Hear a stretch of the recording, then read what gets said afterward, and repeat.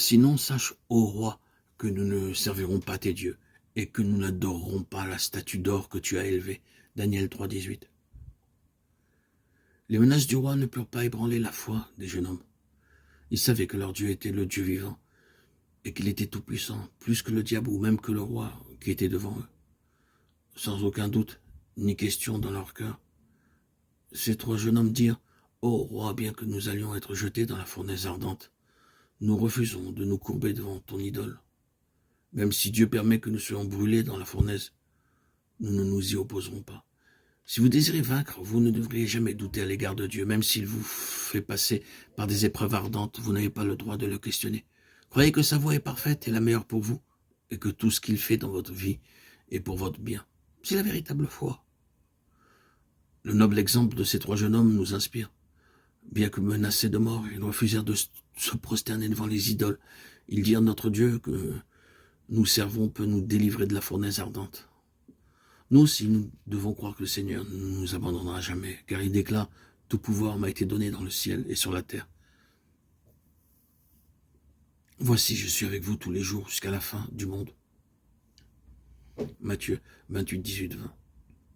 Le Seigneur utilisera cette puissance pour prendre soin de nous.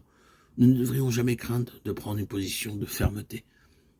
Il reprit et dit, « Eh bien, je vois 4 hommes sans lien, qui marchent au milieu du feu, et qui n'ont point de mal. Et la figure du 4e ressemble à celle d'un fils des dieux. » Daniel 3, 25. La réponse des 3 jeunes hommes provoqua la colère de Nebuchadnezzar, et il ordonna de chauffer 7 fois plus la fournaise, pour être sûr qu'ils soient complètement brûlés. Ils furent liés, vêtus de leurs vêtements, puis ils furent jetés dans le feu de la fournaise ardente. Le feu ne consuma que leurs liens. Ils marchèrent dans le feu, comme s'ils marchaient dans un jardin. Lorsque nous apprenons à vaincre, Dieu nous protège du moindre mal.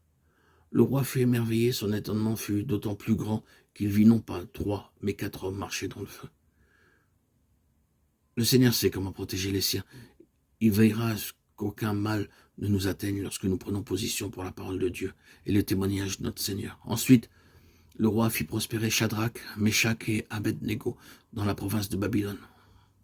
Toutes les persécutions qui s'abattirent sur ces fidèles jeunes hommes se révélèrent être le moyen de leur promotion et de la confusion du roi et des princes de Babylone. Ces jeunes hommes connaissaient leur Dieu et c'est pourquoi ils triomphèrent. Que le noble exemple de ces 3 jeunes hommes nous inspire à ne pas nous prosterner devant les idoles de l'argent, des honneurs, de la richesse, de la sagesse mondaine et de la puissance terrestre. Que le Seigneur fasse de nous aussi de véritables vainqueurs comme eux, qu'ils soient pour nous des modèles, une source d'inspiration.